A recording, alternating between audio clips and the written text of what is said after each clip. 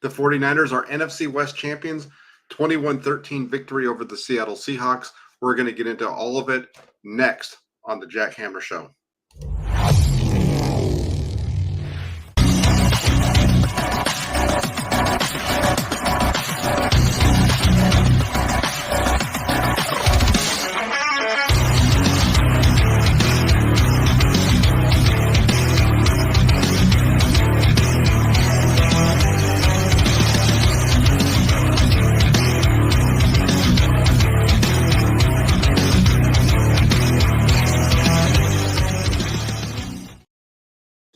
Everybody, Jack Hammer of the Santa Rosa Press Democrat here. Wanted to come on after the 49ers' big 21-13 victory over the Seattle Seahawks up in Seattle to win the NFC West. I believe it's the 21st time in the history of the 49ers franchise that they have won the NFC Western Division. And it's the second time under Kyle Shanahan that they've actually been able to clinch the NFC West with a win up at Seattle. So overall, just a fantastic night for the 49ers. You go through this game, and they really controlled it throughout. It was once again, you just get used to seeing this team do the same things week in and week out. The defense dominating once again, keeping Seattle out of the end zone until late in the fourth quarter, holding them to only 13 points on the night. 2 games against Seattle this season, the 49ers defense has given up a total of 13 points. They held them scoreless in the first matchup. They gave up 13 tonight. Just so good all around. You look at the way that this team is playing right now, and it seems like you look. I'm looking at it, and I'm not sure if there's a team in the NFC that can beat them for what they have coming up on their schedule. They really look like a team that could finish this thing out at 13-4. They just continue to overcome injuries. That's the other thing. They were playing without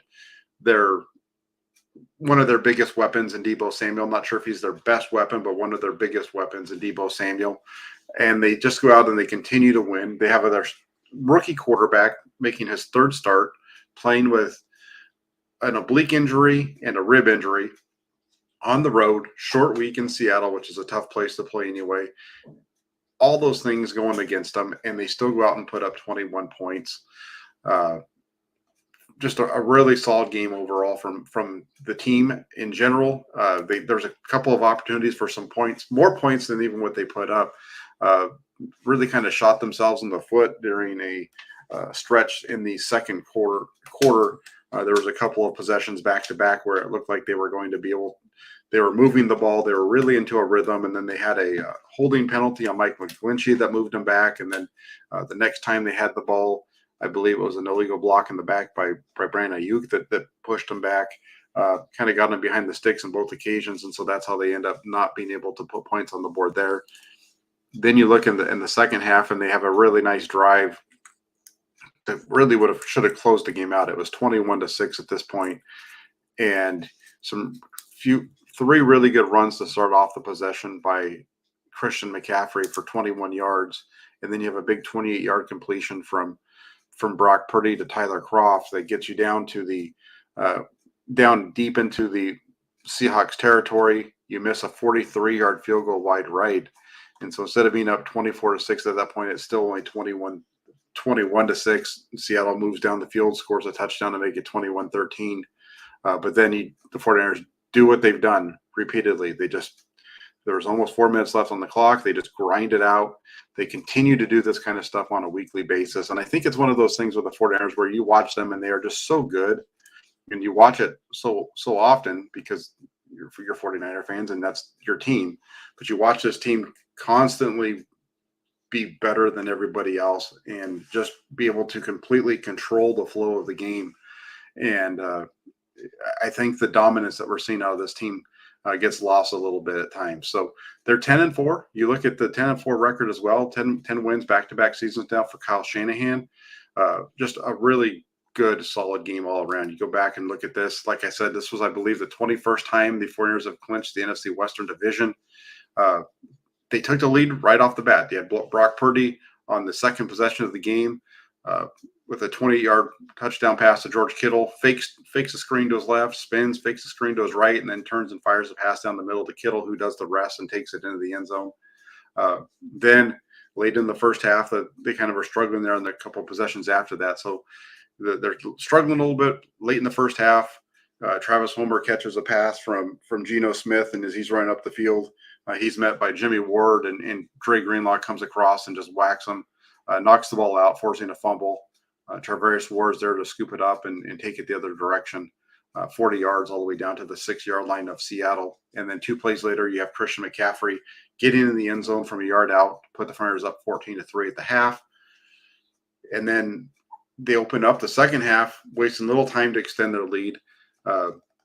Second play of the half, you have Purdy finding Kittle alone down the left sideline. Looked like there was a coverage bust by Seattle. Looked like they jumped the flat defender. 2 guys, basically 3 guys actually going to the receiver that was in the flat. Nobody around George Kittle. Purdy puts it on him. Easy throw there, and then the tight end again does the rest. 56 yards for a touchdown. That's the third score of the game for the 49ers. And again, just overall, just a really solid game for this team to be able to come out and do what they did and put a big win on the board against a Seattle team that's struggling. They're definitely, the NFC West was expected to be between the 49ers and the Rams. The Rams have had a big downturn this year. Arizona is not good. And Seattle's been the team that's early on looked very strong, but they've now fallen on some hard times in these last few weeks. So overall, the 49ers clearly showing that they're the best team in the NFC West. And they have assured themselves at least one game at home in the playoffs. They'll be at home to start the playoffs. Not sure where they're going to be. They might be the 2 seed or the 3 seed. They're not going to be the 4 seed. They're either going to be 2 or 3. And they're going to be playing at home at Levi Stadium in week 1 of the playoffs, unless they continue this thing and run the table, and you see the Philadelphia Eagles just fall apart completely.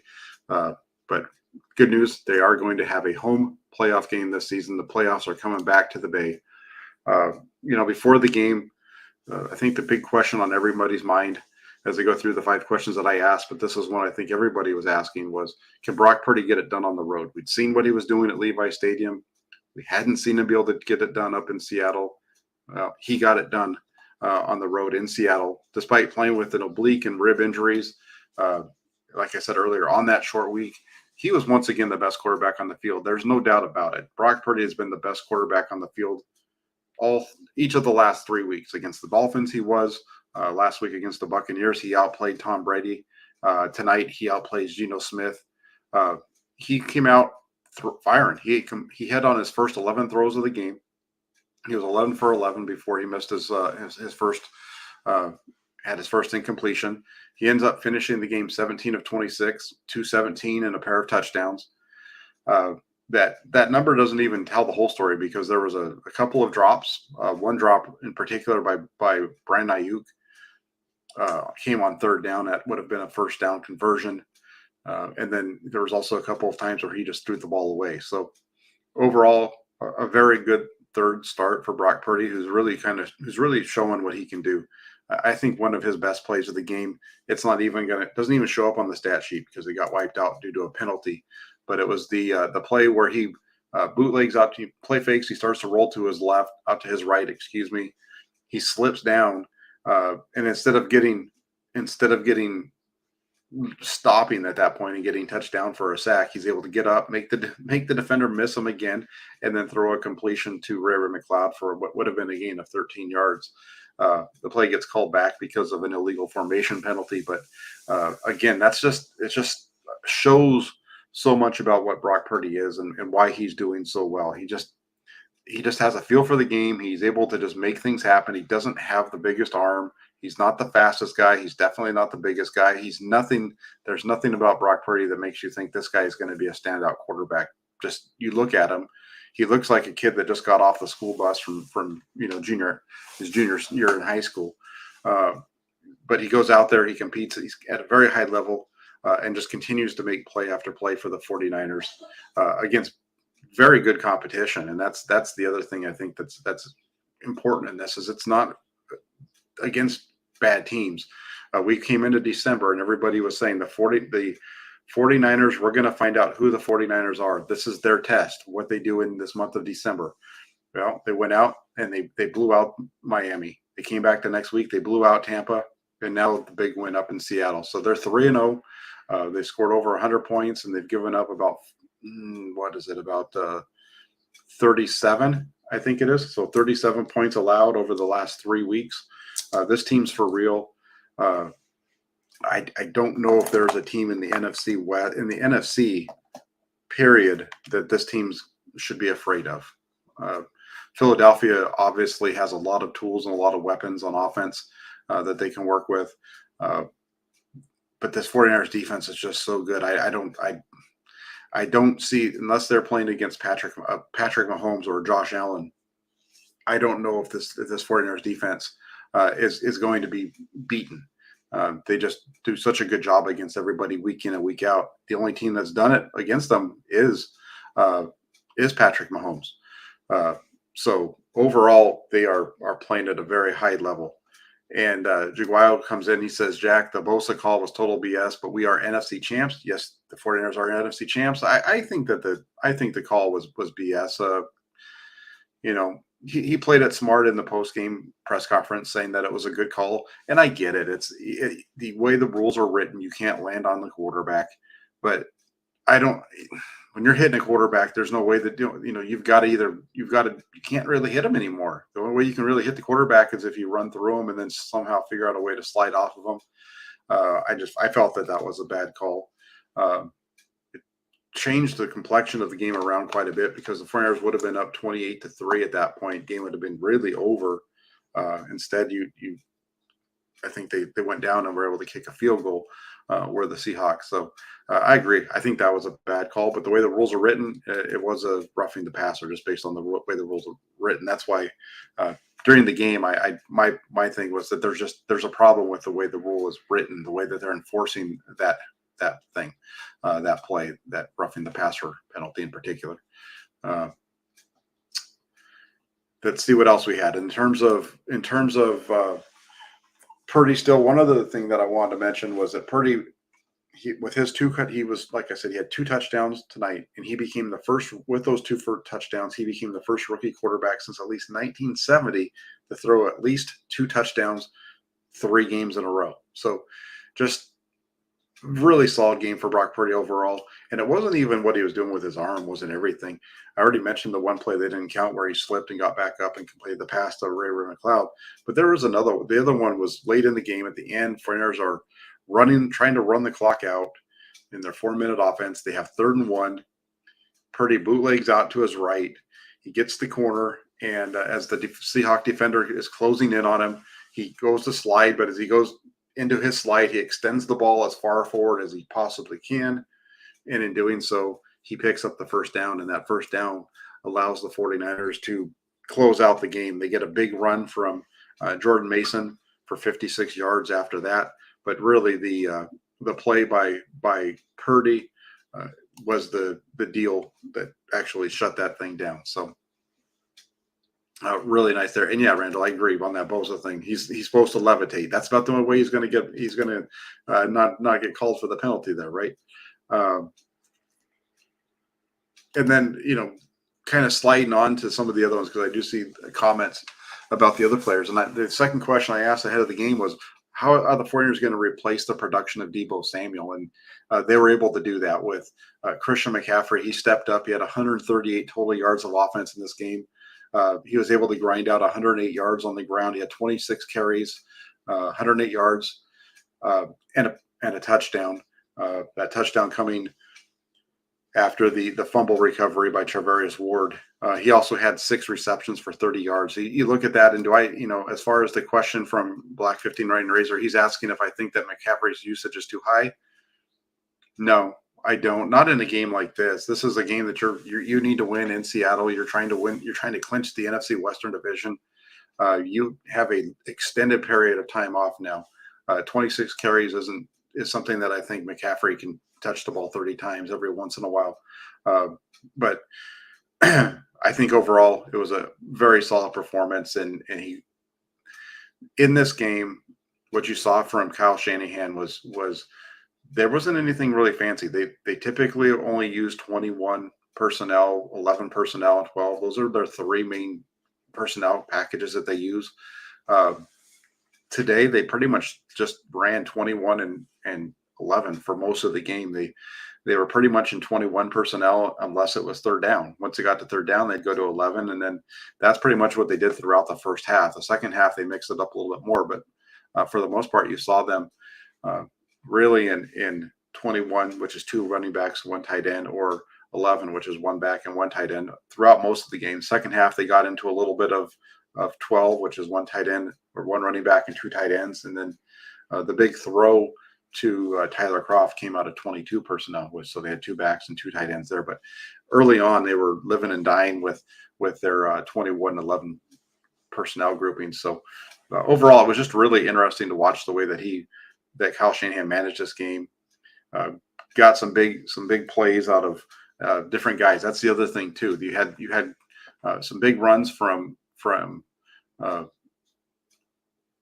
Christian McCaffrey. McCaffrey had the big 20-yard burst right in the beginning of the game to start off with, right? I think it was the second possession of the game, not the first one, the second possession of the game, the first scoring drive. You have a big burst from Christian McCaffrey right early on in that possession. and then you see George Kittle, and he was the other one that really picked up the difference tonight without Deebo Samuel. He had two explosive plays, the 54-yard touchdown to go along with the 28-yard touchdown. So two really big plays there. Four catches for a total of 93 yards, but just a big day for George Kittle. And we've seen the 49ers now back-to-back weeks come out after halftime and have explosive scoring plays. Last week, I think it was either the second or third play when Christian McCaffrey busted one up the middle for a long touchdown. Tonight, it was the second play for George Kittle. So 49ers are making a habit of getting up early in the second half and scoring right away. And once they got up 21, it was just a matter of trying to run out the clock from there. Jaguayo comes in. Thank you for the super chat. He says, Jack, do you think Mason will get more carries?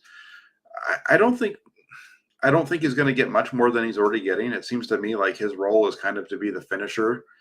He's going to get in there every once in a while and kind of be the change of pace guy for McCaffrey. If they feel like McCaffrey needs a break, so that's when Jordan Mason's coming into the game. He's clearly the number 2 right now, but he's doing a really nice job as the closer. They really like him. It seems like in that 4-minute offense role, we saw him get that. That's where the majority of his carries came from tonight. I just think you look at it and it's Mason's a very good back. They believe in him a lot. That's why you're seeing him in the situations that he's in. But throughout the flow of the game, Christian McCaffrey just fits you better because he is. I think the problem again with Jordan Mason, there's no doubt that he can run the ball, but I think the reason that you don't see him playing throughout the majority of the game is because I don't think they trust him right now in pass protection. I don't know if they really trust him in the passing game at all. So I think that's why you're seeing Mason not be utilized more often, because once you get him into the game, it pretty much becomes we're going to run the ball, and everybody in the stadium should know that, and it's pretty clear. So just something to think about there with him. Randall Riley says, I had an oblique injury and it was painful for weeks. Just amazing how he was able to play and not show the effects of that injury. Amazing.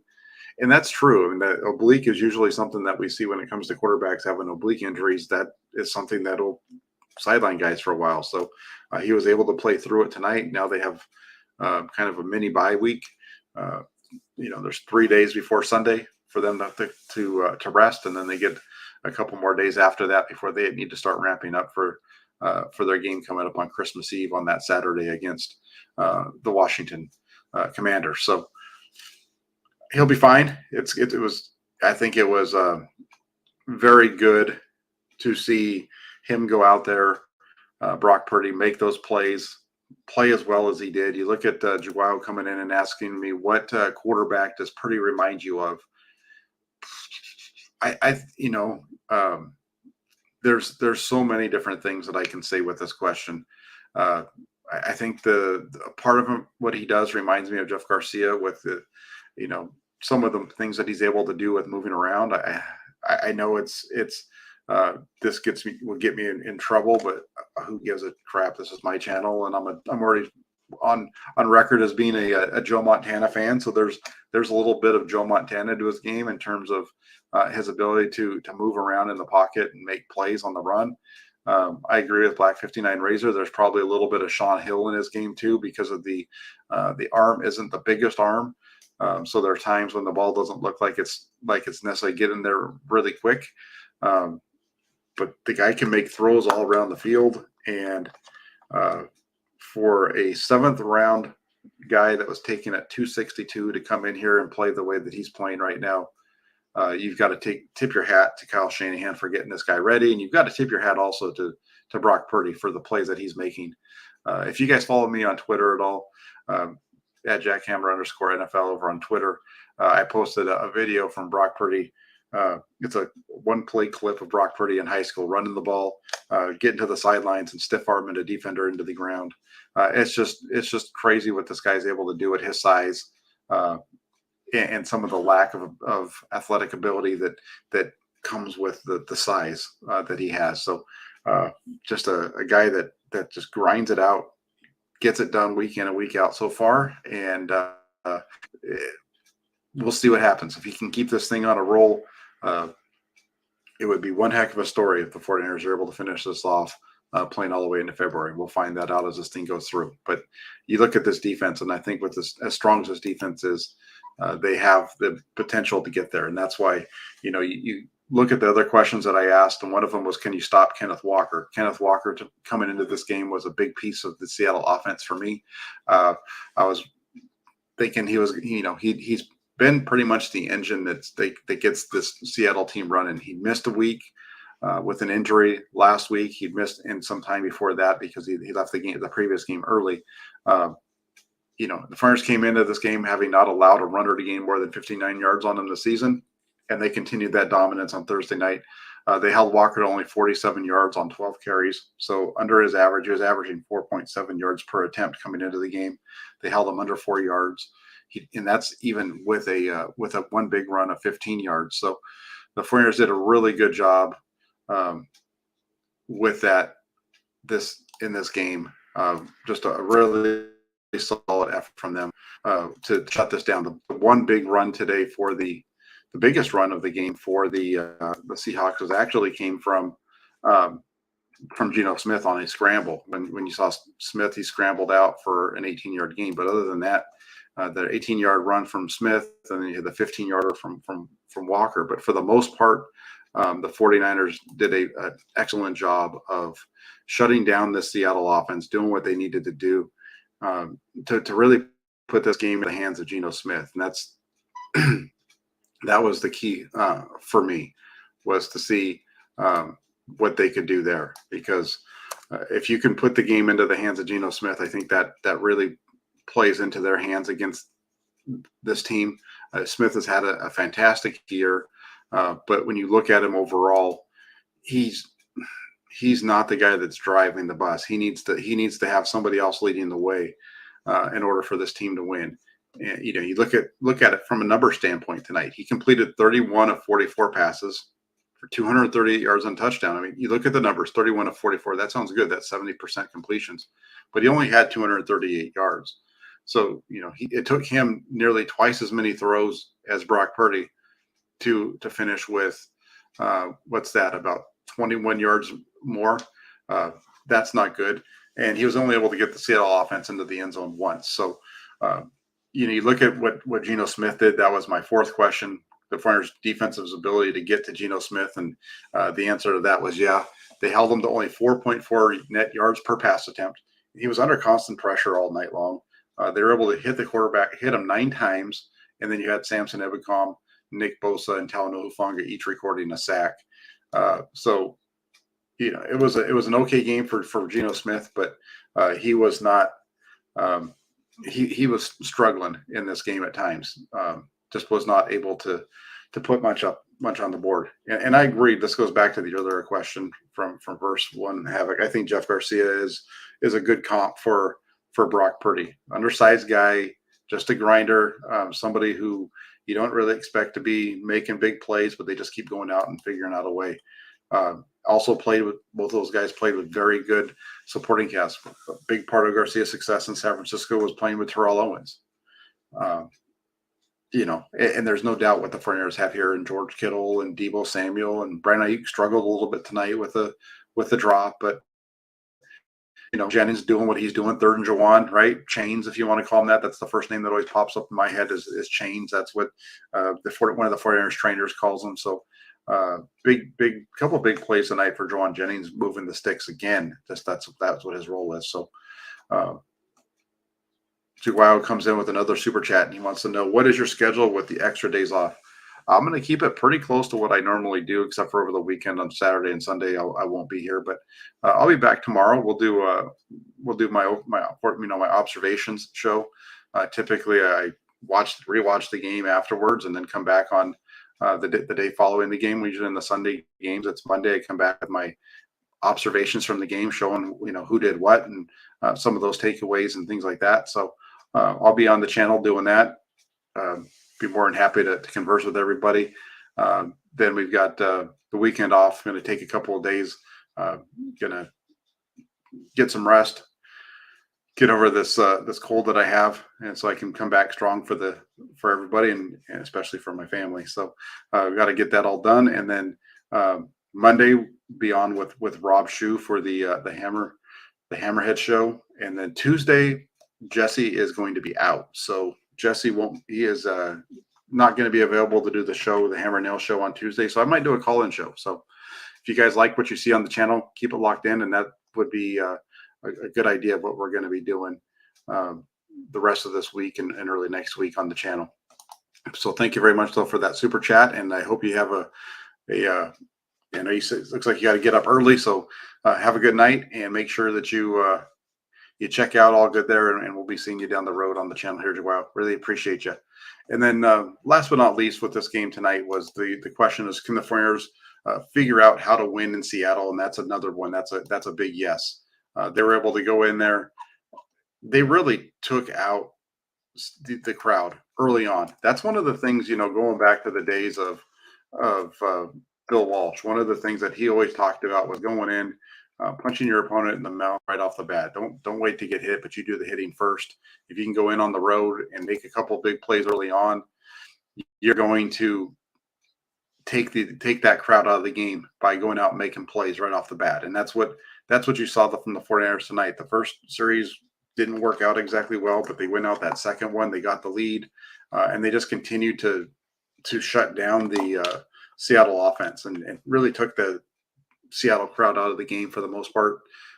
Didn't really think the noise was any kind of a factor in this game until maybe the fourth quarter. You saw a little bit of turnaround there, but for the most part, they really dominated this game throughout and were able to take the crowd noise out of it. And it was only the sixth time in the last 22 games up in Seattle that the 49ers have been able to come home victorious. But the good news is that two of those times under Kyle Shanahan, and both times the 49ers won the NFC West, clinching the division title with victories up there in Seattle. So that's the big positive, and that's the big news out of this game. 49ers come out victorious with the big win, 21-13 tonight, winning the NFC West. Charvarius Ward did leave the game. He did not have a concussion, though, so he's not in the concussion protocol. But he was a little dinged there, and so they were worried about him, and they pulled him out. We'll get more of an update on that tomorrow. So, keep it locked in here to the channel, though. If you guys can do me a favor, I know we had some help here from Black 59 Razor earlier on in the show. When we started this thing off, he says, like, subscribe, hit that bell notification button while you're at it. So if you guys can do that on your way out, I'd really appreciate it. Trying to keep this thing rolling, and hit that like button for me. That like buttons are the ones that drive the viewership on the channels. Also, if you're watching this and you're already subscribed to that channel, please hit that subscribe button. And then, as Black 59 Razor says, that bell notification, because the nice part about that bell notification is every time we go live or I post new content, it brings it up for you to check it out. So just wanted to say thanks to everybody who's taken the time to join in tonight. Have a great rest of your Thursday night. I'll be back tomorrow with a review of the game again. As far as my big takeaways from the game. Until then, Enjoy your evening, everybody. We'll talk to y'all soon. Thanks for watching.